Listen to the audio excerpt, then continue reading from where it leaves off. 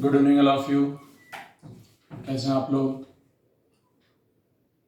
तो 11th PCB का programme शुरू हो गया है। नीट का प्रोग्राम शुरू हो गया, जो आपका 2 ईयर प्रोग्राम होता है। और इसमें मेरे ख्याल से बायो और केमिस्ट्री की क्लास हो गई है और आज फिज़िक्स का पहला टर्न है। तो जैसा कि आपको आइडिया है, हमने पहले भी आपको बताया होगा कि फ़िज़िक्स में हम लोग डायरेक्टली फ़िज़िक्स स्टार्ट नहीं करते क्योंकि फ़िज़िक्स के बारे में हम ये कहते हैं कि भाई बगैर मैथमेटिक्स के फ़िज़िक्स को हम आगे नहीं बढ़ा सकते। तो उसके बारे में बहुत सिंपल स्टेटमेंट आपको बुक्स में मिल जाएंगे। Physics, mathematics is the language of physics, mathematics is the language of physics. Physics की बात करेंगे तो उसकी जो लैंग्वेज होगी वो मैथमेटिक्स होगी। तो सीधी सी बात है, मैथमेटिकल फार्मूले, मैथमेटिकल कैलकुलेशन से ही फिज़िक्स के फार्मूले, कैलकुलेशंस जो है सॉल्व हो सकते हैं। तो इसलिए हम लोग फिज़िक्स में आगे बढ़ने से पहले, फिज़िक्स का कोई चैप्टर स्टार्ट करने से पहले हम लोग पहले मैथमेटिक्स पार्ट पढ़ते हैं। और ये मैथमेटिक्स पार्ट वो होता है जो कुछ चीज़ें आपके लोअर क्लासेस में आपने 9-10 तक या और पहले भी पढ़ी होंगी, लेकिन उसमें ज़्यादातर चीज़ें हम लोग जो पढ़ते हैं ये वो चीज़ें होती हैं जो हम एक्चुअली में मैथमेटिक्स के 11th के सिलेबस में होती हैं।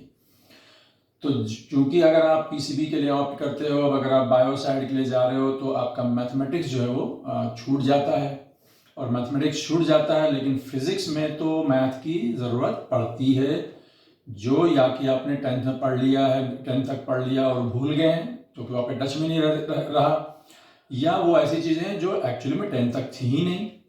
तो ऐसे सिचुएशन में फिज़िक्स टीचर की जिम्मेदारी हो गई फिर से कि वो, क्योंकि फिज़िक्स में सबसे ज़्यादा यूज़ है, केमिस्ट्री में थोड़ा यूज़ है, लेकिन हम लोग, मैं मानता हूँ कि फिज़िक्स के टीचर ही ये जिम्मेदारी लेते हैं कि आपको मैथ, जो मैथमेटिक्स पार्ट है, वो मैथमेटिक्स जो पूरे फिज़िक्स में throughout the 2 year program या उसके आगे भी अगर ज़रूरत पड़ती है तो हमें काम आता रहेगा। ठीक है, तो आगे मैं फिजिक्स, मैथमेटिक्स, बेसिक मैथमेटिक्स में हमें क्या आगे लेके चलना है, उससे पहले मैं आपको इंट्रोड्यूस कर दूँ अपने आप को। माई सेल्फ अकबर कमाल, I am physics HOD over here, और आपका मेंसल क्लासेस के ऑनलाइन प्रोग्राम में आप सभी का स्वागत करता हूँ मैं। और जैसा कि आपको पहले बताने की कोशिश की गई है कि आप अभी 10th में हैं और 11th एंट्रेंस, जो AMU का 11th एंट्रेंस है, वो एक जाहिर सी बात है कि सभी लोग उसको देना चाहते हैं। चूँकि हालात ऐसे हैं लॉकडाउन के पीरियड में कि अभी वो टेस्ट कब होगा कुछ भी सर्टेनिटी के साथ कहना मुश्किल है। Maybe it is in July last, maybe in August first week. तो हम जाहिर सी बात है कि इस पूरे टाइम में, अभी मई की आज 15th है सपोज कर लिया जाए, तो 2 महीना या समथिंग लाइक दैट हम लोग सिर्फ 11th एंट्रेंस की तैयारी करते रहें, यानी हम लोग एक तरीके से अभी भी अपने आप को सिर्फ 10th में ही महसूस करते रहें, तो हमारा टाइम लॉस हो जाएगा। क्योंकि आगे अगर हम चीज़ों को जाके बहुत लेट स्टार्ट करेंगे तो जाहिर सी बात है कि आगे के एग्ज़ाम तो टाइम से होंगे। अभी जो है चीज़ें डिस्टर्ब हैं और उम्मीद करते हैं कि आगे जो चीज़ें टाइम से होंगी, तो फिर हम लेट स्टार्ट करेंगे तो उसका हमें नुकसान उठाना पड़ सकता है। तो और वैसे भी आप जो है एक चीज़ 11th एंट्रेंस के पॉइंट ऑफ व्यू से पढ़ के उसी लेवल पे आप रहेंगे, तो उसमें बेहतर स्ट्रेटजी जो हमें समझ में आई कि हमें 11th का प्रोग्राम भी स्टार्ट कर देना चाहिए। क्योंकि जाहिर सी बात है कि मेंटली और साइकोलॉजिकली आप अपने आप को 11th में जब महसूस करेंगे, तो जो वापस आके 10th की चीज़ें देखेंगे, तो जाहिर सी बात है कि सच में बहुत सारी चीज़ें आपके 10th में काम आएंगी, वापस 11th एंट्रेंस में काम आएंगी। ठीक है, और उसके अलावा एक जो मेंटल डेवलपमेंट होता है वो हमारा जाहिर बात है 11th के पॉइंट ऑफ व्यू से होने लगेगा। और जब 11th के पॉइंट ऑफ व्यू से हमारा मेंटल डेवलपमेंट होने लगेगा, तो फिर वापस जब आके हम चीज़ों को देखेंगे 10th वाली, 9th की चीज़ें, तो हमारे लिए वो आसान हो जाएंगी। तो वो डबल एडवांटेज प्रोग्राम ये हो जाएगा। तो आप डेफिनेटली अपना 10th की, 11th एंट्रेंस की प्रिपरेशन को कंटिन्यू रखिए। उसको पैरेलल में हम थोड़ा सा 11th की साइड में जाएंगे, वीक में 2 क्लास, 3 क्लास, या मतलब इस तरीके से एक सब्जेक्ट की एक ही क्लास या मैक्सिमम 2 क्लास होगी। तो एक बैलेंस बना के चलिए, आपको कुछ नया सीखने को मिलेगा, थोड़ा सा इंटरेस्ट डेवलप होगा। और उसको भी आप साथ में अपना प्रैक्टिस करिए। जो भी आपके पास मटेरियल है या जो आपको क्लास में पढ़ाया जा रहा है ऑनलाइन प्रोग्राम के थ्रू, या आप इंडिविजुअल प्रैक्टिस कर रहे हैं, गाइड हैं, मटेरियल हैं, मॉड्यूल्स हैं, जो भी हैं, तो वो दोनों पैरेलल में चलेगा और एक आपका हॉलिस्टिक और एक ओवरऑल डेवलपमेंट होगा आपका सब्जेक्ट वाइज। ठीक है, तो मैं समझता हूँ कि ये बात बहुत इंपॉर्टेंट है। आपका टाइम ज़्यादा नहीं किल किया जाना चाहिए। बात समझने के लिए थोड़ी सी बात भी काफ़ी होती है। ठीक है, मेहनत आपको करनी है। थोड़ा सा जाहिर सी बात है कि ऐसे माहौल में घर पे जो है सब चीज़ों के साथ चलना है। ऑनलाइन जो प्रोग्राम है, मोबाइल की अवेलेबिलिटी है, लैपटॉप की अवेलेबिलिटी है, थोड़ा सा उसमें कोशिश करके हम लोग करेंगे। ठीक है तो ये कोई ऑनलाइन एक बहुत फुल एंड फाइनल प्रोग्राम नहीं है। ये एक हालात के जो तकाजा हालात के मद्देनज़र जो है, वो जाहिर सी बात है कि हमें कुछ ना कुछ करना है, अपने आप को इंगेज रखना है और सीखना भी है, और हमारे आने वाले कंपटीशन के लिए हमारी तैयारी भी होती रहनी चाहिए। ठीक है, तो बातचीत हो गई। मेरे ख्याल से ज़रूर से बात आपको समझ में आएगी। जब हम फिज़िक्स में जाएंगे, मेन फिज़िक्स से स्टार्ट करेंगे, तो जाहिर सी बात है कि आप के दिमाग में आ जाएगा कि हम कोई बुक्स रिफ़र करेंगे। तो जाहिर सी बात है कि मैं आपको बता दूंगा कि सबसे पहली चीज़ तो ये है कि हम आपको बहुत ही डिटेल में नोट्स देंगे, आपको बहुत डिटेल में नोट्स देंगे। जब तक ये ऑनलाइन का प्रोग्राम चल रहा है, हम आपको नोट्स के PDF फॉर्म देते रहेंगे। बल्कि वो PDF फॉर्म, आपको PDF जो है आपको लेक्चर से पहले अवेलेबल हो जाएगी। तो उससे क्या होगा, आप उसको एक बार पढ़ सकते हैं, एक बार थोड़ा थोड़ा पढ़ेंगे, बहुत बेसिक बातें होंगी वो समझ में आएंगी। और जब एक्चुअल फिजिक्स में जाएंगे तब, और अभी भी बेसिक मैथ के भी मैं आपको सारे नोट्स के फॉर्म में, PDF के फॉर्म में प्रोवाइड कराऊंगा। और आप अपने 10th लेवल पर या कुछ मैं एक्सरसाइजेज भी अलॉट कर दूंगा, उसकी प्रैक्टिस भी करेंगे। तो बुक्स में अभी आपको ऐसा सिर्फ देखा जाए तो NCERT आपको रिफ़र करना होगा। जैसे ही आप जो है हम लोग फिजिक्स के मेन जो कंटेंट है, मेन चैप्टर में जाएंगे, तो हमें अपना बंसल क्लासेस का मॉड्यूल आपको मिल जाएगा। मॉड्यूल में सफिशिएंट प्रैक्टिस आपको मिलेगी सभी चैप्टर की। तो किताब के नाम पर दो ही चीज़ें होंगी आपके पास, एक NCERT को पढ़ने की कोशिश कीजिए। लाइन बाय लाइन काफ़ी मीनिंगफुल बातें होती हैं, और उसको जब हम क्लास के साथ कोरिलेट करके पढ़ेंगे तो वो चीज़ें हमारे लिए आसान हो जाएंगी। बिल्कुल अलग से आप पढ़ेंगे तो थोड़ी सी जो लैंग्वेज होती है NCERT की, वो बहुत ज़्यादा वेल एक्सप्लेन्ड फॉर्म में नहीं होता, क्रूड फॉर्म में चीज़ें होती हैं। तो जब आप लेक्चर सुनने के बाद उसको पढ़ेंगे तो जाहिर सी बात है कि वो आपको समझ में आएगा। बिल्कुल अलग से उठा के पढ़ने की कोशिश करेंगे तो लगेगा क्या कहानी है। तो हम गाइडलाइन के साथ हम आपको समझा देंगे कि भाई ये चीज़ पढ़नी है। तो अभी आपको फर्स्ट लेक्चर के बाद या जो भी है, जब तक बेसिक मैथ वाला पार्ट चल रहा है, मेरे ख्याल से आपको कुछ उसमें ज़्यादा कुछ नहीं है। आप एक बार देख लीजिएगा, कुछ कहानी के फॉर्म में फिजिक्स का मैथ के साथ रिलेशन, फिजिक्स का अदर साइंसेस का रिलेशन, फिजिकल वर्ल्ड वगैरह के बेसिक चैप्टर हैं जो कहानी के फॉर्म में है। बिल्कुल आप उसको उसी तरीके से पढ़िए, अंडरलाइन करिए, कुछ अच्छी बात है तो उसे नोट कर लीजिए। ठीक है, तो सोर्स की कोई प्रॉब्लम नहीं है। NCERT आपके पढ़ने के लिए नोट्स के साथ मिला के उसको कोरिलेट करके पढ़ेंगे, और प्रैक्टिस के लिए हम आपको मॉड्यूल प्रोवाइड करेंगे। उसके अलावा अलग से भी आपको डेली बेसिस पर प्रैक्टिस शीट प्रोवाइड की जाएगी PDF फॉर्म में, जब तक ऑनलाइन प्रोग्राम चल रहा है। और ऑफलाइन मोड में तो जाहिर बात है कि हम क्लास में आपको मैक्सिमम चीज़ें देंगे, DPP के फॉर्म में देंगे, मॉड्यूल के फॉर्म में देंगे। तो अभी अपना आपका जो टाइम है वो प्रॉपरली यूज़ होगा, मैं समझता हूँ। ठीक है, तो बेसिक मैथ में आगे बढ़ते हैं।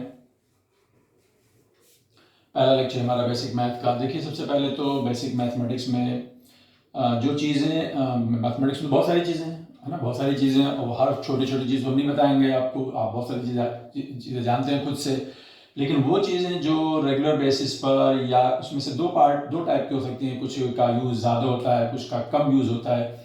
लेकिन कम यूज़ भी है तो आपको ज़रूरत पड़ी तो आप क्या करोगे, आप कहाँ पे अपनी 10th की किताब निकालने जाओगे या कैसे करोगे। तो इसलिए एक बेसिक मैथ की अलग से, मतलब हम अपनी कॉपी नोटबुक बना लेंगे और वो हमारे टेबल पे रहेगी। और जहाँ कहीं भी हमें मैथमेटिक्स रिलेटेड उस तरीके का कोई टॉपिक आ गया जो हमने आपको शुरू में ही पढ़ा दिया है, तो आप वहाँ से रिफ़र करते रहोगे। और ये चीज़ें ऐसी हैं जो, जिसमें से कुछ चीज़ें आपने 9th-10th लेवल में पढ़ी हुई हैं, कुछ नहीं पढ़ी हैं, वो 11th का ही पार्ट होता है, 12th का पार्ट होता है। तो इसलिए आप देख लीजिए, आप खुद ही आप कहेंगे कि हाँ हमने ये 9th-10th में पढ़ा है और ये नहीं पढ़ा है। ये आपको डिसाइड करना, आपको देखना। मैं सब कुछ बताऊंगा आपको अपनी तरफ से। ठीक है, तो देखिए सबसे पहले बेसिक मैथ पूरा हमारा जो है, जो हमें पढ़ना है वो आप देख लीजिए। अलजबरा है ना, मैथमेटिक्स की डिफरेंट ब्रांचेज हैं, उसमें ऐसा कुछ नहीं है कि आपको कोई अलजबरा क्या होता है उसको डिफाइन करना है आपको। अलजबरा के नाम पर हमने यहाँ पे जो टॉपिक्स लिए हैं उसमें पहला है quadratic equation and it's solution. तो क्या होता है क्वाड्रेटिक इक्वेशन? क्वाड्रेटिक इक्वेशन बहुत आसान सी चीज़ होती है, आप जानते होंगे इसके बारे में। चलो फिर भी हम यहाँ पर एक बार यहाँ बता देंगे ताकि अगर किसी को कंफ्यूजन हो तो वो दूर हो जाए। तो quadratic equation binomial theorem definitely 9th-10th level पर नहीं होता है, और इसका एप्लीकेशन जो है, मतलब मैं इसको इस तरीके से मान लूँ कि काफ़ी यूजफुल को मैं स्टार मार्क कर दूँ, है ना, जो फ्रिक्वेंटली यूज होते रहेंगे। और बायनॉमियल थ्योरम जो है वो मतलब बहुत ज़्यादा यूजफुल तो नहीं, लेकिन इंपॉर्टेंट है क्योंकि नई चीज़ है। डिटर्मिनेंट कभी कभार यूज होगा, ठीक है ना, कभी कभार यूज होगा तो ठीक है, मार्क कर लेंगे। और ये आपके लिए नया लॉगरिथम बार बार यूज होगा। प्रोग्रेशंस आपने नाम सुना होगा, अर्थमेटिक प्रोग्रेशन, ज्योमेट्रिक प्रोग्रेशन, है ना, ये हमारे फिजिक्स में ज़्यादा यूज का नहीं है, कुछ चीज़ें हैं इसलिए यहाँ पे एक बार मेंशन कर दिया गया। मेंसुरेशन फार्मूले आपके 9th-10th लेवल पे अवेलेबल होते हैं। स्फीयर का वॉल्यूम हो गया, कोन का वॉल्यूम हो गया, उसमें कुछ जो ऐसी चीज़ें जो आपके जहन से उतर जाती हैं, जहन में नहीं रहती, वो हम जरूर से नोट कर लेंगे, बाकी तो आपको पढ़ा हुआ तो जहन में रहता है, तो इट्स नॉट वेरी इंपॉर्टेंट। तो यहाँ पे मैंने 3 पॉइंट मार्क किए जो ज़्यादा यूजफुल हैं। ट्रिग्नोमेट्री ऑफ कोर्स आप 9th-10th में पढ़ते हैं, लेकिन यहाँ पे उसको बताया जाएगा, जो भी हमारी रिक्वायरमेंट है, हमें ज़रूरत जो पड़ती है वो बताने की कोशिश करेंगे। आप पहले से क्या जानते हैं वो ठीक है अपनी जगह। कोऑर्डिनेट ज्योमेट्री के बारे में 9th-10th लेवल पे बहुत बेसिक बातें बताया थी, यहाँ पे हम लोग काफ़ी उसके बारे में बताएंगे। और ग्राफ यहाँ पे एक इम्पॉर्टेंट एस्पेक्ट होता है, फिजिक्स में ग्राफ की बड़ी अहमियत होती है। एक फिजिकल क्वांटिटी है जो दूसरे पे डिपेंड करती है, पार्टिकल मूव कर रहा है, उसकी वेलोसिटी टाइम के साथ वेरी करे तो हमसे बोला जाएगा भाई उसका वेलोसिटी टाइम ग्राफ ये है, तो इसका क्या मीनिंग, उस ग्राफ से क्या मीनिंग निकालें। तो graph is going to be very very important, very very important. मैं इसको अगर डबल स्टार मार्क कर दूं तो कोई तज्जुब की बात नहीं होगी।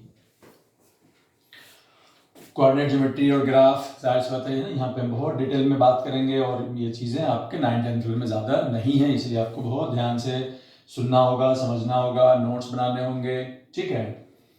और इसका यूज़ फिजिक्स में रेगुलर बेसिस पर डे 1 से पहले लेक्चर से शुरू हो जाएगा, पहले पीरियड से शुरू हो जाएगा, पहले चैप्टर से शुरू हो जाएगा। उसके बाद जो सबसे ज़्यादा इम्पॉर्टेंट चीज़ है वो है कैलकुलस। कैलकुलस वो पार्ट है मैथमेटिक्स का जो डेफिनेटली 9th-10th में इंट्रोड्यूस नहीं किया जाता है ना, कहीं भी छोटा मोटा लेवल पे कोई अगर थोड़ा मोड़ा किसी को बता दिया हो तो वो एक्सेप्शनल होगा। नॉर्मल इन जनरल कैलकुलस का हम लोग एक्चुअली ये 12th का पार्ट है ना, देखा जाए मैथमेटिक्स में 12th का पार्ट है, तो जाहिर सी बात है कि जो बायो के स्टूडेंट हैं जो मैथमेटिक्स छोड़ चुके होंगे तो उनकी मुलाकात इस टॉपिक से नहीं होगी, और फिजिक्स में इसकी ज़रूरत पड़ेगी तो फिर आपको हम जिम्मेदारी लेते हैं कि हम उसको आपको बताएंगे। तो डिफरेंशिएशन के फार्मूले, इंटीग्रेशन के फार्मूले और उनके एप्लीकेशन डेफिनेटली जो फिजिक्स में खास तौर से वो सारे डिस्कस किए जाएंगे। तो ये आपका फ्लो चार्ट हो गया, जो हमारा कंटेंट होगा इस चैप्टर का, दैट इज बेसिक मैथमेटिक्स, ठीक है। यहाँ पे मैं सबसे पहले अलजेब्रा में क्वाड्रेटिक इक्वेशन बाद में लेता हूँ, बायनोमियल और ये सब चीज़ लेता हूँ बाद में। मैं सबसे पहले लेता हूँ, we start with logarithm. Logarithm mathematics में क्या जो टर्म है वो किस कॉन्टेक्स्ट में यूज किया जाता है, तो सबसे पहले लॉगरिथम, अच्छा इस लॉगरिथम को हम लोग शॉर्ट में क्या बोलते हैं, सिर्फ लॉग बोलते हैं, लॉग। तो उसकी डेफिनेशन सबसे पहले नोट करेंगे, please take down the definition first. Logarithm, first of all we are taking logarithm. इसका फिजिक्स में काफ़ी यूज होता रहता है, फ्रिक्वेंटली यूज होता रहता है, तो इसको समझना हमें चाहिए। Take down the definition. The log of a number, किसी नंबर का हम लॉग लेते हैं ना, किसी नंबर का हम लॉग लेते हैं, log 2, log 3, इसका क्या मीनिंग है, इसकी क्या वैल्यू आएगी, है ना, ठीक है। तो the log of a number, हमें लेना है किसी नंबर का लॉग, मान लो किसी नंबर का लॉग ले रहे हैं, उसको कह दो x, है ना। The log of a number x at a given base, जो लॉग होता है वो एक बेस पे लिया जाता है ना, एक बेस पे, log 3 बेस 2, log 100 बेस 10, कुछ भी, तो एक बेस पे लिया जाता है। तो the log of a number that is x, उस नंबर का लॉग लेना है eight a given base, base को मैं ऐसे रिप्रेजेंट करूंगा यहाँ पे, सपोज इज द, तो क्या आएगा, लॉग जब मैं लूंगा नंबर x का बेस a पे तो वैल्यू क्या आएगी, यहाँ पे क्वेश्चन मार्क लगा दो, वैल्यू क्या आएगी, तो वैल्यू क्या आएगी वो डेफिनेशन बता रहे हैं, क्या बता रहे हैं, इज द पावर वाई, वो एक टर्म वाई आएगा जो जिसको मैं पावर बनाऊंगा, कैसे पावर बनाऊंगा, is the power y, value क्या आएगी वाई, जिसको मैं क्या बनाऊंगा पावर, किस पावर चाहते हैं ना, जैसे पावर रेज करते हैं, जैसा बोलते हैं ना 2 का पावर 3, यस, तो पावर बनेगा, जो वैल्यू आएगी उसको पावर बनाएंगे, is the power y to which base should be raised, जो आंसर आएगा वाई बेसिकली वो ऐसा आंसर होगा कि जब मैं बेस के ऊपर उसको पावर के फॉर्म में रेस करूंगा, I read again, the log of a number x at a given base a क्या आएगा, is the power y, उसका आंसर क्या है y, बनेगा power, to which base should be raised, base should be raised का मतलब base के ऊपर उसको रेस किया जाएगा, to get that number, और जब मैं बेस के ऊपर उस पावर y को रेस करूंगा, पावर उसके ऊपर चढ़ाऊंगा, तो वापस मुझे वो नंबर x वापस मिल जाएगा। Read it again finally. The log of a number x at a given base a is the power, that is y, to which base should be raised to get the number x. तो देखिए यहाँ पे log x base a, log किसका ले रहे हैं x का, तो log के सामने x लिखा गया, log x ऊपर नहीं लिखा गया है ना, log के सामने x लिखा गया बिल्कुल, बेस नीचे लिखा गया, सफिक्स जिसको बोलते हैं, सफिक्स बना के log के यहाँ पे लिखें, पढ़ेंगे इसको log x बेस a, ठीक है ना, इसको नहीं पढ़ेंगे log ax, नहीं पढ़ेंगे log x बेस a, ऐसे पढ़ेंगे शब्दों में ना, पढ़ने में log ax log x ऐसे नहीं बोलेंगे, log x बेस a पढ़ेंगे, तो x सामने लिखा, बेस को सफिक्स फॉर्म में नीचे लिखा गया, समझ गए बात को, कि वैल्यू क्या आएगी नहीं मालूम, सपोज y आएगी, तो क्या करना होगा, कैसे पता चलेगा y कितना है, तो आप क्या करना कि जो बेस a है उसी के ऊपर y को अगर मैं पावर के फॉर्म में रेस कर दूं तो मुझे क्या मिलना चाहिए, ये नंबर x मुझे वापस मिल जानी चाहिए, ध्यान समझ लो, log x बेस a की वैल्यू क्या आएगी, सपोज y, तो a to the power y is equal to x, ठीक है, या अगर आपको दिया हुआ है a to the power y to be equal to x, मैं बोलूंगा कि इसको log ले लो, किस बेस पे log लेना, बेस a पे log ले लो, तो क्या आएगा, बेस a पे log लूंगा तो यहाँ पे क्या आ जाएगा log x बेस a, और यहाँ पे सीधा मुझे क्या मिल जाएगा, सिर्फ y मिल जाएगा, ये डेफिनेशन का पार्ट है, एप्लीकेशन में आपको समझ में आएगा, जैसे यहाँ पे लिखा मैंने for example z is equal to e का पावर t, z सारे सिंबल बदल दिए, जहाँ पे a b c d x y z कुछ भी, तो मैंने यहाँ पे z बराबर e का पावर t, अब मैं बोलूंगा दोनों साइड log ले लो, किस बेस पर, e बेस पर, चूंकि e का पावर है तो इसलिए बेस e बनाएंगे, तो क्या आएगा log z बेस e, क्या आएगा t, देख लो, यानी यहाँ से z बराबर क्या आएगा, e का पावर t, बेस के ऊपर पावर, जो वैल्यू आएगी log z लेने के बाद उसी को पावर के फॉर्म में चढ़ा देना बेस के ऊपर, तो यहाँ पे बेस क्या है e, यहाँ पे एक मैथमेटिक्स में एक पर्टिकुलर नंबर है ना, इसका यूज मैथमेटिक्स में बहुत ज्यादा होता है, इस नंबर को हम लोग बोलते हैं यूलर्स नंबर, और इसकी वैल्यू होती है नियरली 2.781 या 718, नॉट ए प्रॉब्लम, चेक कर लेंगे इसको, ठीक है, 2.7 मान लो, तो ये नंबर क्या है, कहां से आती है, अभी उसके बारे में हमको ज्यादा परेशान नहीं होना, ठीक है, इसकी अपनी कोई कंसेप्चुअल अहमियत है, लेकिन न्यूमेरिकल इसकी वैल्यू 2.718 के आसपास है, ठीक है, यूलर्स नंबर, ठीक है, बाद में कुछ और बातें बताएंगे हम इसको, जैसे z बराबर e का पावर t में हम बोलेंगे कि ये बेसिकली e को यहाँ पे हम पढ़ेंगे, है तो यूलर्स नंबर ही, लेकिन e को पढ़ेंगे एक्सपोनेंशियल, क्या पढ़ेंगे, एक्सपोनेंशियल, ये सब वर्ड्स हैं जो आपके लिए नए हैं, है ना, तो वो नंबर के फॉर्म में e है, लेकिन कॉन्सेप्चुअल के फॉर्म में वो e जिसको हम बोलेंगे एक्सपोनेंशियल, इसको बोलेंगे e का पावर t, तो बोलेंगे ये एक्सपोनेंशियल रिलेशन है, कैसा रिलेशन है, एक्सपोनेंशियल रिलेशन, हम लोग यहाँ पढ़ेंगे ना कोऑर्डिनेट ज्योमेट्री में जब जाएंगे, ग्राफ रिलेशंस के बीच में ग्राफ बनता है, तो इसको हम लोग एक्सपोनेंशियल रिलेशन देखेंगे, एक्सपोनेंशियल ग्राफ देखेंगे, वेरी इंपॉर्टेंट है, ठीक है, ओके, तो वापस आते हैं फिर से डेफिनेशन के ऊपर,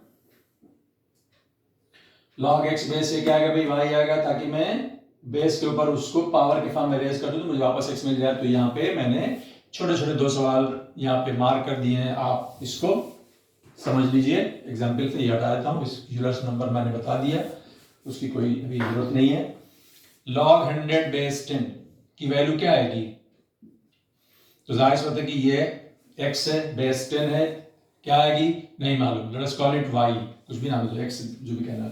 तो y कितना होगा, y इतना होगा कि अगर मैं इस 10 का पावर y करूं, 10 का पावर y को पावर बनाना ना इसके ऊपर, बेस के ऊपर, ठीक है ना, बेस शुड बी रेज। तो मैं 10 का पावर y करूं, 10 का पावर y करूं तो मुझे क्या मिलना चाहिए, 100 मिलना चाहिए। आपको अंदाजा है 10 का पावर कितना करूंगा तो मुझे 100 मिल जाता है। डेफिनेटली आप जानते हो 10 का स्क्वायर यानी y की वैल्यू क्या आएगी, यहाँ से y की वैल्यू यहाँ से क्या आएगी, y इज इक्वल टू 2 का मतलब हो गया कि log 100 बेस 10 इज कितना आ गया, 2। मेरे ख्याल से डेफिनेशन समझा दी मैंने, समझाने की कोशिश की, बार बार सोचिए समझिए, डाउट रह जाए तो डाउट सेशन में आके पूछिए, ठीक है ना। इसी तरीके से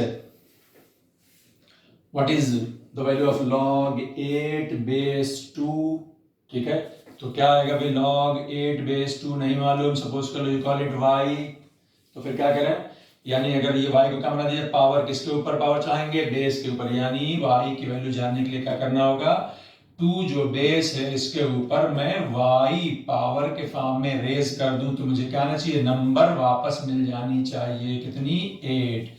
आपको अंदाजा है 2 का पावर कितना, 8 होता है, 2 का स्क्वायर 4 होता है, 2 का क्यूब 8 होता है।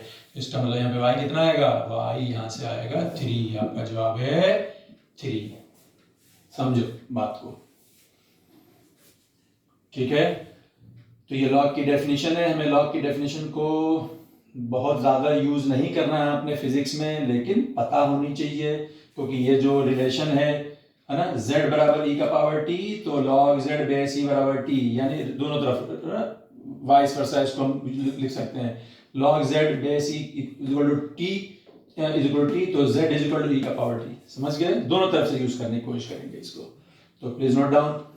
और इसके बाद मैं आपको, अब हमारा जो मेन जो यूज है लॉग का वो है लॉग से रिलेटेड प्रॉपर्टीज, यानी बहुत सारे नंबर का लॉग हमें जोड़ना हो, log 2 प्लस log 3 कितना आएगा, समझ गए ना, तो वो चीज़ आपको बताई जाएगी। ये है ना जो कैलकुलेशन वाली अलजेब्रा है, तो वो एक सिंपल होता है 2 प्लस 3 5 होता है, लेकिन यहाँ पे log 2 plus log 3 simply log 5 नहीं होगा, उसमें प्रॉपर्टीज हैं, और वो सारी प्रॉपर्टीज जो मैं आपको बताने जा रहा हूँ वो सब बेसिक डेफिनेशन से वेरीफाइड होंगी, आपको हर एक को वेरीफाई करने की जरूरत नहीं है। तो प्लीज टेक डाउन फास्ट, मैं बोर्ड को साफ करके I will go for properties related to log, very important properties, आपको ध्यान रहना चाहिए।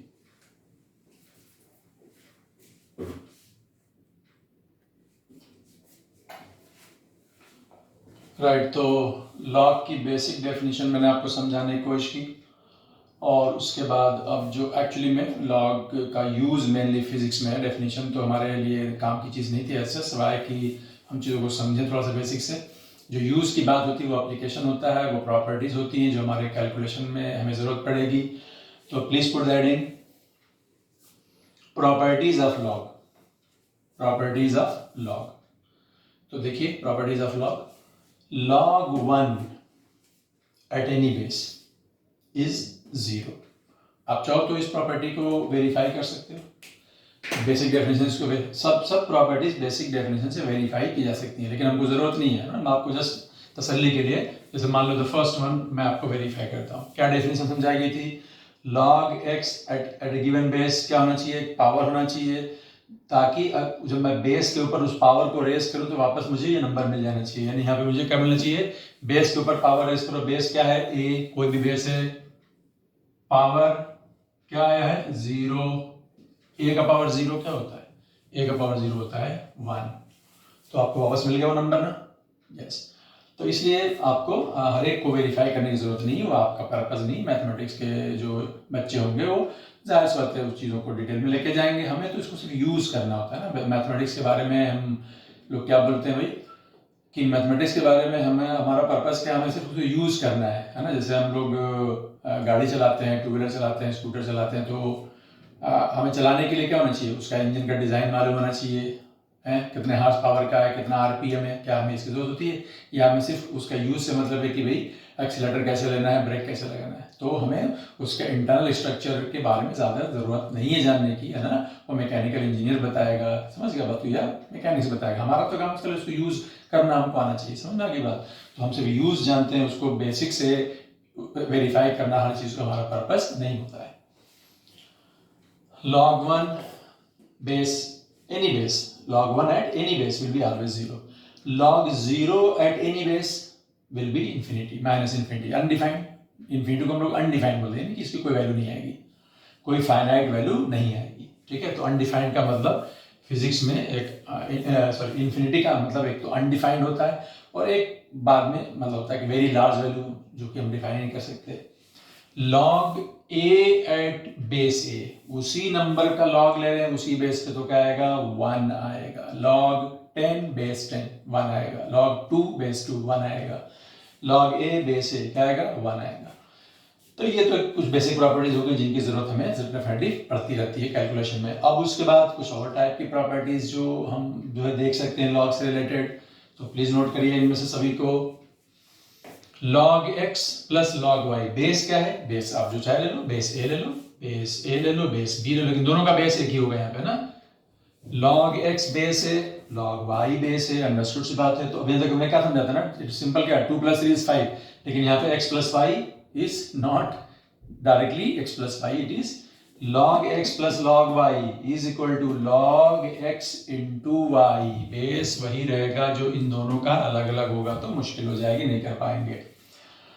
तो log x plus log y is equal to log x into y, reverse में यूज कर लो, log x into y is log x plus log y, समझ गए। log x minus log y, again यहाँ पे बेस कोई ले लो, base एक ही रहेगा जो भी रहेगा, log x minus log y is equal to log x upon y, जैसे यहाँ पे x into y बना तो यहाँ पे x upon y बनेगा, बेस वही रहेगा, ठीक है। अगर मैं यहाँ से एक माइनस साइन कॉमन ले लूँ, अगर मैं एक माइनस साइन कॉमन ले लूँ तो क्या होगा कि ये बन जाएगा log y minus log x, तो वहां पे यानी इसका मतलब क्या होगा, यहाँ पे भी अगर माइनस लगाऊंगा तो जो चीज log में x अपन y माइनस अगर लगाना पड़ जाए मुझे इसमें, तो ऑटोमेटिकली वो क्या बन जाएगा log y अपन x। मैं इसको आपको समझा दूंगा इसका क्या मीनिंग है, ठीक है। अभी मैं एप्लीकेशन नहीं ले रहा हूँ, अभी मैं क्वेश्चन लूंगा छोटे छोटे इनके ऊपर, तो इसमें कोई दिक्कत नहीं है ना, एग्जाम्पल से समझ में आ जाएगा आपको। ओके, तो ये हो गया done. log x minus log y is equal to log x, log base वही रहेगा, सब दोनों में सेम है, log x अपान y, यानी log x upon y is log x minus log y। उसके बाद यहाँ पे log x का पावर y है ना, कई बार हम जैसे log x स्क्वायर आ गया, x क्यूब आ गया, कुछ भी पावर के फॉर्म में, तो log x का पावर है बेस, जो भी है बेस तो वही रहेगा, क्या बन जाएगा, ये जो पावर है वो पीछे मल्टीप्लाई हो जाएगा, देखो, और हमारे पास बचेगा log x बेस a, समझ गए। तो सबके ऊपर छोटे छोटे एग्जाम्पल यहाँ पे मैं नोट करता हूँ, पहले जो बेसिक प्रॉपर्टीज बता दिया जाए, फिर एप्लीकेशन लेने की कोशिश करते हैं, ठीक है। तो जरूरत पड़ने पर हम इसको समझेंगे, log x का power y is equal to y log x base a, base a तो पहले से ही है, जो पावर है वो पीछे मल्टीप्लाई हो जाएगा, बस ये सिंपल सी बात है, और आपका सिंपली आ जाएगा log x बेस a, ठीक। आप चाहो तो इसको एग्जाम्पल के फॉर्म में कोड कर लो ताकि ये क्लियर हो जाए यहीं का यहीं, है ना। हर एक का एग्जाम्पल ले सकता हूँ, लेकिन अभी इसको ही कोड कर लो खाली। जैसे मान लीजिए सिंपली आपके पास आ जाए log 8 की वैल्यू निकालना है, मान लो किसी भी बेस पर, कुछ भी बेस ले लो, 10 ले लो, ठीक है। तो अब इसकी वैल्यू मान लो आपको दे दिया जाए, मान लीजिए आपको दे दिया जाए कि log 2 बेस 10 की वैल्यू है 0.3010, मान लीजिए एग्जाम्पल ले लीजिए कि log 2 की वैल्यू है, ये होती है, मैं आपको समझा दूंगा, अभी होती है, log 2 बेस 10 की वैल्यू होती है 0.3010। तो बताओ भाई what is value of log 8 base 10, तो आप क्या करोगे, ठीक है। तो log 2 बेस 10 की वैल्यू पता है आपको, निकालना है log 8 की, तो आप क्या करोगे, 8 को क्या लिखा सकता है, log 8 को लिखा सकता है 2 का क्यूब, बेस तो वही रहेगा 10, ठीक है, इक्वल टू क्या आएगा, इक्वल टू क्या आ गया, x का पावर y फॉर्म आ गया, x पावर y फॉर्म, तो क्या किया जाएगा, ये जो पावर है वो क्या होगा, पीछे मल्टीप्लाई हो जाएगा, यहाँ पे आ जाएगा 3 log 2 बेस 10, बोलो 3 इंटू लॉग 2 बेस 10 बोलो क्या बताया आपने बताया 0.3010। क्या आया समझ में आ गई बात? ये आपको मिल गई log 8 बेस 10 की वैल्यू। जस्ट एग्जांपल, छोटा सा वेरी स्मॉल एग्जांपल। मेरे ख्याल से बात समझ में आ गई, ठीक है, नोट करिए, समझिए।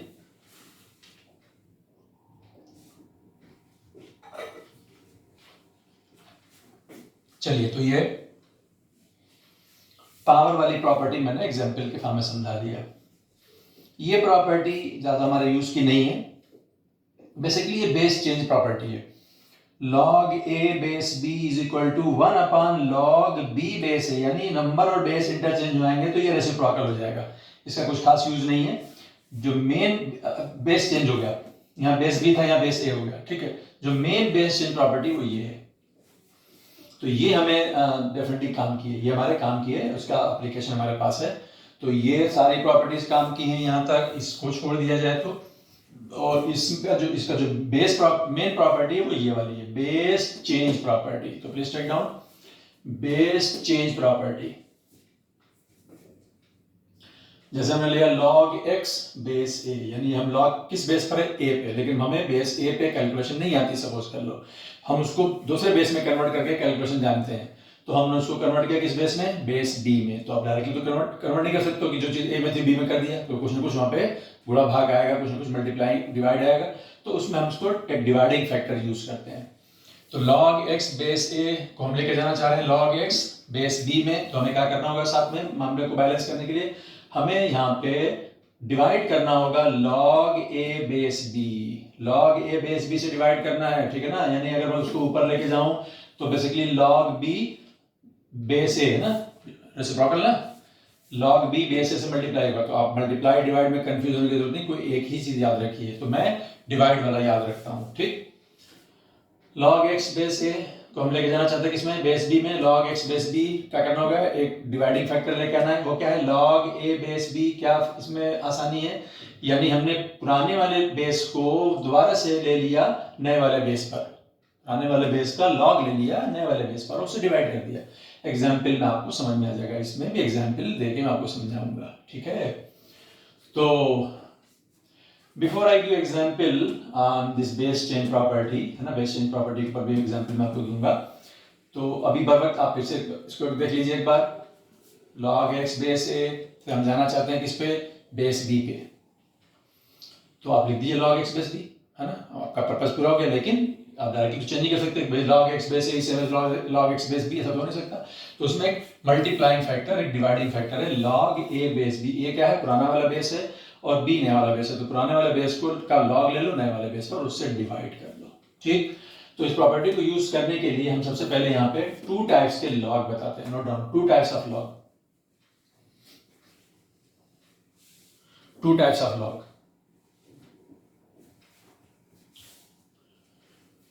एक को हम लोग बोलते हैं कॉमन लॉग।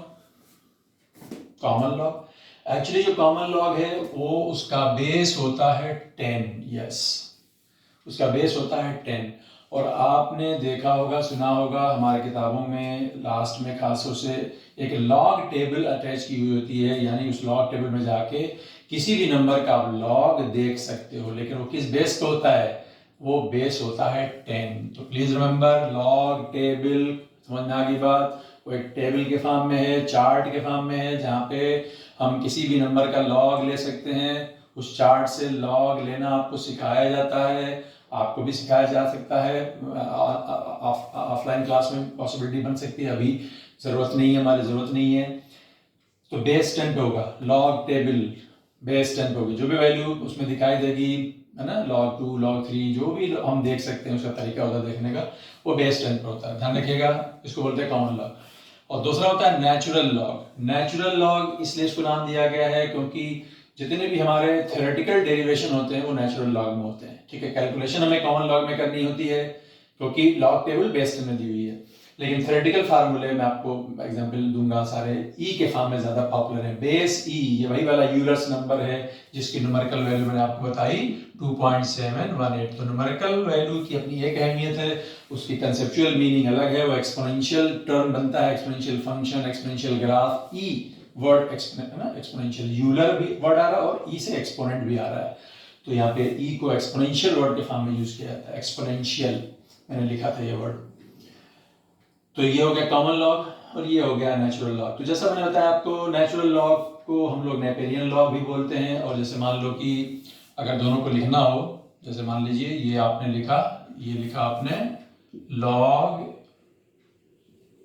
मान लीजिए लॉग x बेस 10, ये हो गया आपका कॉमन लॉग, x 2 3 4 कुछ भी है।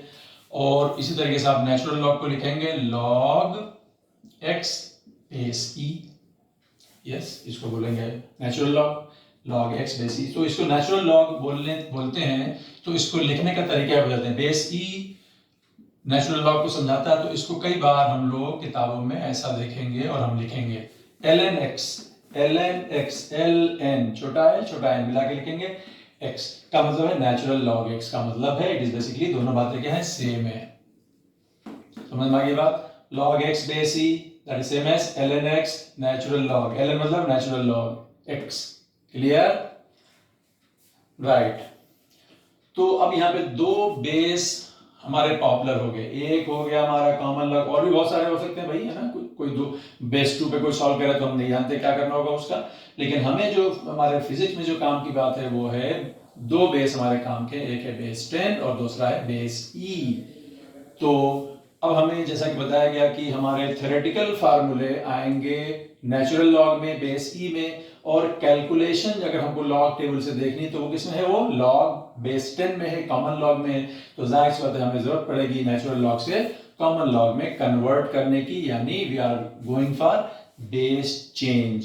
तो बेस चेंज का जो जनरल फॉर्मूला था ए से बी, आप ए बी सी डी नहीं बोलेंगे इस बार, आप जा रहे हैं कहां से कहां, नेचुरल लॉग से कॉमन लॉग जा रहे हैं। तो प्लीज पुट द हेडिंग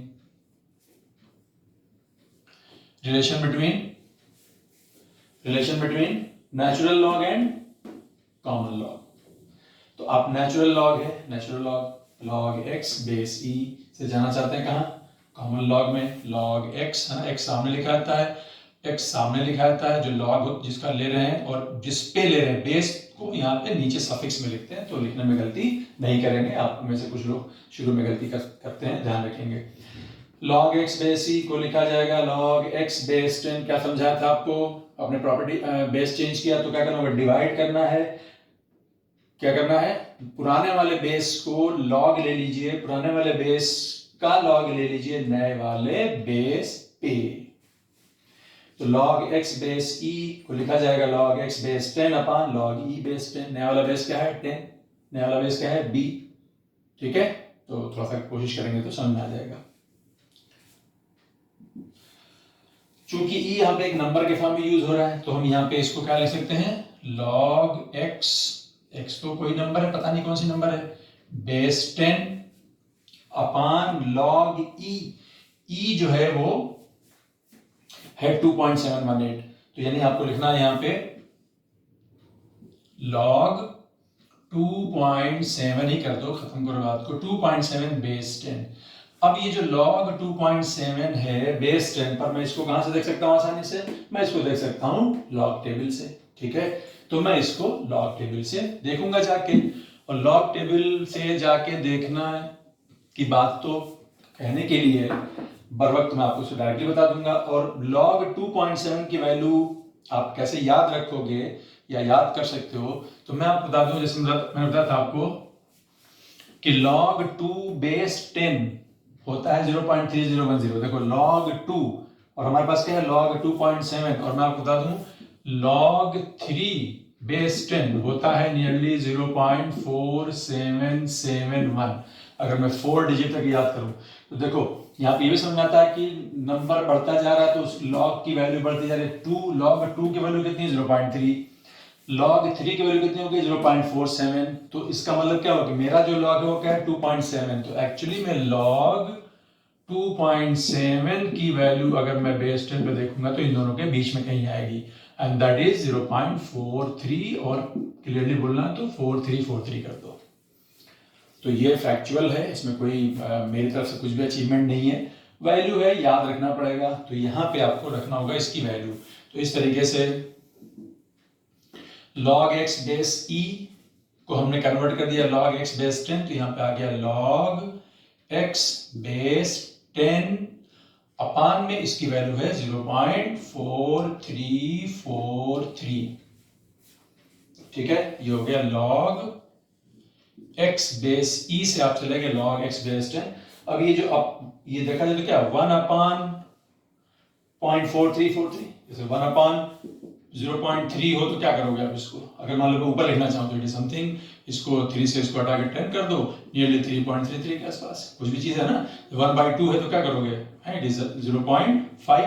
तो उसी तरीके से जो चीज 1/, में जो चीज अपान में है तो उसको सामने मल्टीप्लाई में लिख देता हूँ। तो ये जब 1/0.43 सॉल्व करोगे तो ये बन जाता है 2.303।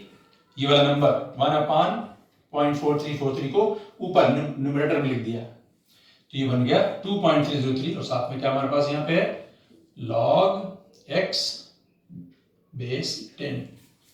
देखिए ये नंबर खाली 1/, जो था वो ऊपर लिख लिया मैंने बस। इस तरीके से जो डिवाइडिंग फैक्टर था वो वापस कौन सा बन गया, मल्टीप्लाइंग फैक्टर बन गया। कितने का, 2.303।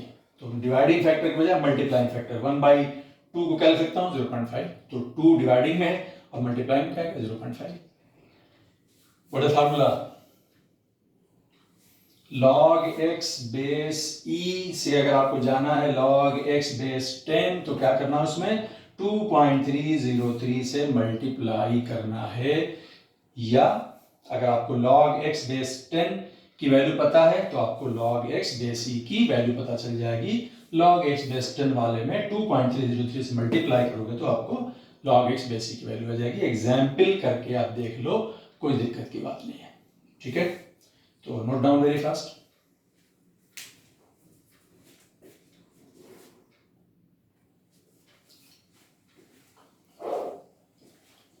तो बेसिक प्रॉपर्टीज आ गई हमारे पास, और हमने बीच में छोटा छोटा एग्जाम्पल भी लिया, बेस चेंज प्रॉपर्टी और उसके अलावा सारी प्रॉपर्टीज। तो बहुत छोटे छोटे एग्जाम्पल हम लोग करते हैं बोर्ड पे ताकि आपको इनका यूज समझ में आ जाए। तो सबसे पहले find the value of ln2। What is ln2, natural log 2, यानी नेचुरल लॉग 2 का मतलब है बेसिकली हमें क्या निकालना है, हमें निकालना है log 2 बेस e। देखो ये वैल्यूज हमने लॉग टेबल से लिख कर रखी हुई है, लॉग टेबल हमको बेस 10 पे अवेलेबल है। log 2 की वैल्यू मैं याद रखूंगा, सॉरी ये log 2.7 की है, log 2 की वैल्यू यहाँ लिखी हुई थी। log 2 बेस 10 की वैल्यू कितनी बताई मैंने आपको 0.3010। अगर खाली आप 0.3 याद रखना चाहो तो कोई दिक्कत की बात नहीं, यहाँ पे 0.47 याद कर लो या 48 याद कर लो, नॉट ए प्रॉब्लम। तो ये याद करने के लिए मैं आपको नहीं बोला, तो log 2.7 मैंने खास तौर से बताई वैल्यू। तो log 2 और 3 की वैल्यू याद रखो आप, log 2 की याद रखो कम से कम 0.3010 बेस 10 पे याद रखोगे आप। अब आपको किसी और बेस में निकालना है तो कन्वर्ट करना होगा, तो इसीलिए natural log, find the value of ln2 that is log 2 base e, log 2 base e। तो बताओ क्या करना होगा, ये क्या है बेसिकली, ये है log 2 बेस e, यानी आपको log 2 बेस e फार्मूला यहाँ पे चला गया ना हमारे पास, क्या होता था कन्वर्जन फैक्टर 2.303 का। तो सीधी सी बात है यहाँ पे log 2 बेस e को लिखा जाएगा डायरेक्टली 2.303 log 2 बेस 10। यहाँ पे आपको बताया था मैंने, है ना, नेचुरल लॉग से कॉमन लॉग। तो इसको बार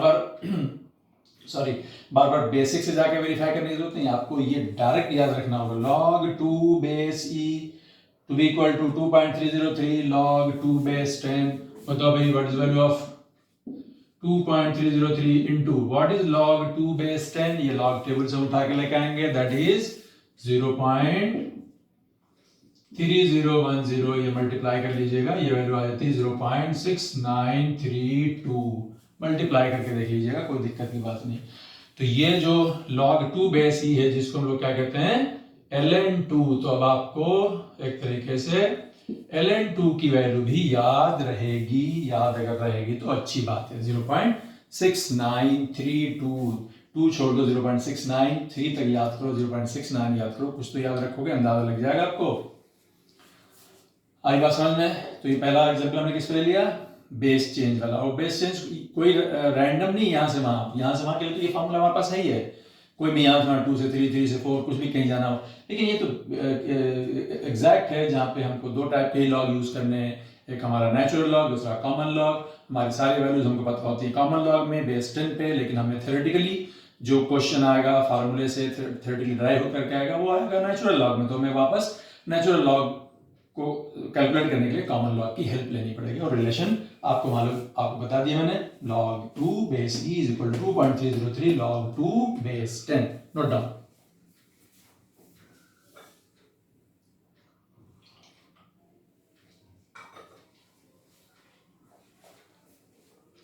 ये एक आसान सवाल है प्रैक्टिस के लिए, just for practice. Find the value of log 6 base 10। क्या किया जाएगा, कौन से प्रॉपर्टी की तरफ इशारा है? मान के चले कि हमें इसको हटा दिया जाए, मान के चले कि हमें log 2 की वैल्यू पता है बेस 10 पर, log 3 की वैल्यू पता है बेस 10 पर, तो हम कैसे ला सकते हैं log 6 बेस 10? कौन सी प्रॉपर्टी की तरफ इशारा है, अंदाजा लग रहा है? तो डेफिनेटली आपको बताया गया log x, of course base a, यहां बेस 10 कर दो, plus log y base 10 should be equal to log x into y base 10। तो इस वाले फार्मूले में अगर फिट किया जाए तो मुझे बेसिकली किसकी वैल्यू चाहिए, log 6 की, है ना। log के सामने 6 लिखेंगे, बेस लिख सकता हूं, रिवर्स में यूज करो, यानी log क्या लिखा जाए, 6 ना, log 6 को क्या लिख सकता हूं मैं, 3 इंटू 2 बेस 10 निकालना है ना। log 6 को 6 क्या लिखूं मैं, 3 इंटू 2। तो what is log 3 into 2, log x into y क्या है, log x plus log y। यहाँ पे जगह थोड़ी सी कमी हो गई, कोई दिक्कत की बात नहीं, आप शायद इसको मिटा दो ताकि आपको समझने में दिक्कत ना हो। तो बोलो ऐसे दोबारा लिख दिया जाए, log x इंटू वाई क्या होता है, तो ये हो जाएगा log 3 base 10 plus log 2 base 10। log 3 की वैल्यू उठाओ, log 2 की वैल्यू उठाओ, और आपको किसकी वैल्यू मिल जाएगी, log 6 की, जो आपसे पूछा गया। तो ये आपका हो गया 0.3010 और 0.477, दोनों को जोड़ दीजिए, आपको आ जाएगी वैल्यू log 6 की। मेरे ख्याल से कोई मुश्किल काम नहीं है। तो वो एग्जाम्पल वहां पे था, उसको दोबारा से उसको ले लेते हैं। क्या पूछा गया था, नोट करो, फाइंड द वैल्यू ऑफ, ये क्वेश्चन बाद में लेते हैं, एग्जाम्पल 4 बाद में लेते हैं, पहला एग्जाम्पल जो 3 था वो था find the value of log 1/2। log 1/2 की वैल्यू क्या होगी, बेस क्या है 10। बोलो कैसे सॉल्व करेंगे, log 1/2 कौन सी प्रॉपर्टी समझ में आ रही है, yes, log x upon y। क्या समझा था, log x upon y is log x minus log y।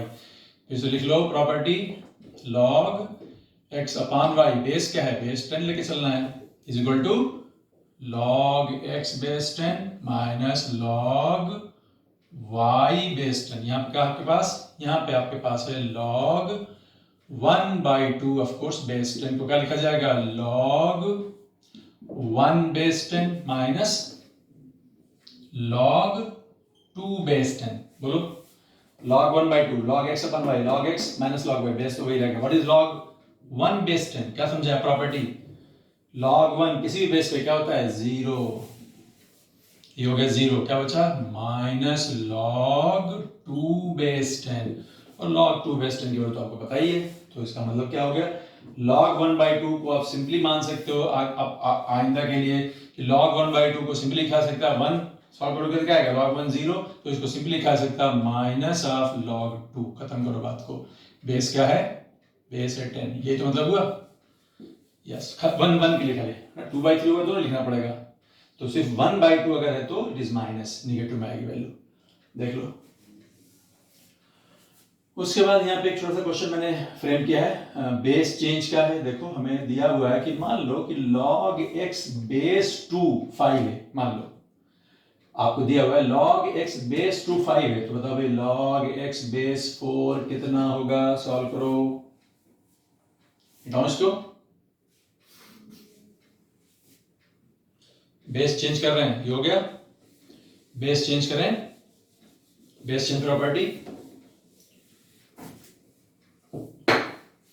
तो हमें जाना है log x बेस 4 पे। तो log x बेस 4 पे कैलकुलेशन करना है, लेकिन हमको log x बेस 2 पे पता है। तो log x बेस 4 को लिखा जा सकता है log x बेस 2, नया बेस ले लिया, क्या करना होगा अपान, क्या करना होगा अपान लॉग पुराने वाले बेस का लॉग ले लो नए वाले बेस पर, ठीक। तो log x बेस 2 की वैल्यू तो पता है आपको कितनी है 5। अब अपान में क्या बचा log 4 बेस 2, तो log 4 बेस 2 की वैल्यू कितनी समझाई थी मैंने आपको, log 4 बेस 2 को सॉल्व करो अलग से, क्या समझाया था कि log 4 बेस 2 कितना आएगा, मान लो y आएगा अलग से, हाँ अलग से। तो इसका मतलब क्या होगा कि अगर मैं बेस के ऊपर पावर चढ़ा दूं तो वापस मुझे नंबर मिल जाने चाहिए। तो इसका मतलब यहां से y कितना आएगा 2 का पावर, डेफिनेटली 2 का स्क्वायर 4 होता है, इसका मतलब ये आएगा कितना 2। तो इसका मतलब हो गया log 4 बेस 2 इज 2, आपका जवाब हो गया 5/2। ये बेसिक डेफिनेशन वाला यूज कर रहा हूं, है ना। log 4 बेस 2 की वैल्यू कितनी आएगी, log 4 बेस 2 की वैल्यू कितनी आएगी, तो आपको क्या करना है y आएगी, तो मैं क्या करूंगा y को पावर बना दूंगा किसके ऊपर 2 के ऊपर, 2 का पावर y क्या आना चाहिए 4, तो 2 का पावर 2 ही तो 4 होता है, इसका मतलब y इज इक्वल टू 2। तो y इज 2 का मतलब हो गया कि log 4 बेस 2 की वैल्यू आ गई 2 और आपका जवाब हो गया 5/2। तो अगर आपको log x बेस 2 दिया था 5, तो आपकी log x बेस 4 की वैल्यू क्या होगी 5/2। कुछ रटने की नहीं, यहाँ पे समझ के करना होगा। हाँ ये सिंपल कैलकुलेशन है, ये हमारी लॉगरिथमिक कैलकुलेशन है, लॉग की प्रॉपर्टीज का यूज हो रहा है। तो जल्दी से नोट करिए, समझिए, डाउट आने का चांस रहेगा, आप रिवाइज करिए, डाउट सेशन में आके पूछिए। इंडिविजुअल नंबर आपको व्हाट्सएप नंबर आपको मिल गया होगा, वहाँ पे आप मैसेज कर सकते हैं कि ये पॉइंट समझ में नहीं आया, तो उसको नेक्स्ट लेक्चर में या डाउट सेशन में उसको समझाया जाएगा, ठीक है। लर्निंग जो है वो स्लो प्रोसेस होता है, ऐसा नहीं कि आप कोई चीज़ एक बार में सीख जाओगे, ऐसा ज़रूरी नहीं है, सीख भी सकते हैं, डाउट भी आ सकता है। तो don't take the things lightly कि ठीक है हमें मालूम है या नहीं है, हमें बढ़िया से एकदम परफेक्ट कर लेना है। और ये सारी चीज़ें नोट्स के फॉर्म में रखना, आपको एग्जाम्पल छोटे छोटे हैं, इनकी हेल्प से हम चीज़ों को समझने की कोशिश कर रहे हैं, ठीक है। तो मैं आपको टाइम परमिट करता है तो 1-2 एग्जाम्पल और कराता हूँ, ठीक है।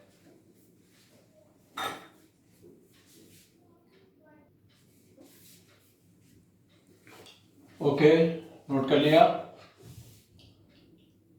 तो पूरा रिवाइज करिए, ठीक है ना। मैं इस पे आपको छोटे छोटे एग्जाम्पल मैंने करा दिए अभी बर वक्त, और मैं 2-3 क्वेश्चन आपको प्रैक्टिस के फॉर्म में आपको मैं आपके ग्रुप पे पोस्ट करवा दूंगा, ताकि आप पहले ये लेक्चर सुनेंगे पूरा ध्यान से, पहले उसको रिवाइज करेंगे, है ना।